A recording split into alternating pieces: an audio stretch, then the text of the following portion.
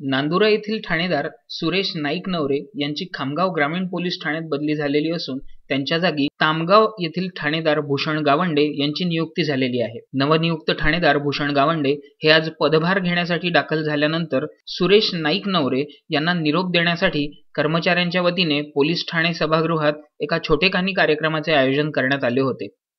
कार्यक्रमात PSI Daund, PSI घोडेस्वार, DB शाखेचे गजानन जायभाय यांच्यासह सर्व कर्मचारी वर्ग प्रामुख्याने उपस्थित होता। यावेळी कर्मचाऱ्यांच्या वतीने सुरेश नाईक नवरे यांचा शाल व श्रीफळ देऊन सत्कार करण्यात आला।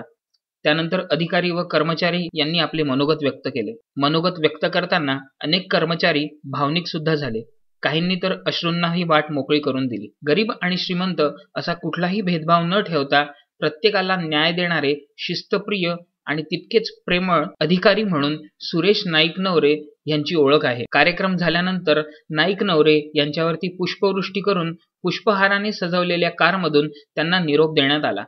नांदुरा पोलीस ठाण्याच्या इतिहासात प्रथमच एखाद्या ठाणेदाराला अशा पद्धतीने निरोप देण्यात आला। पुरुषोत्तम भातुरकर, विदर्भ न्यूज, नांदुरा।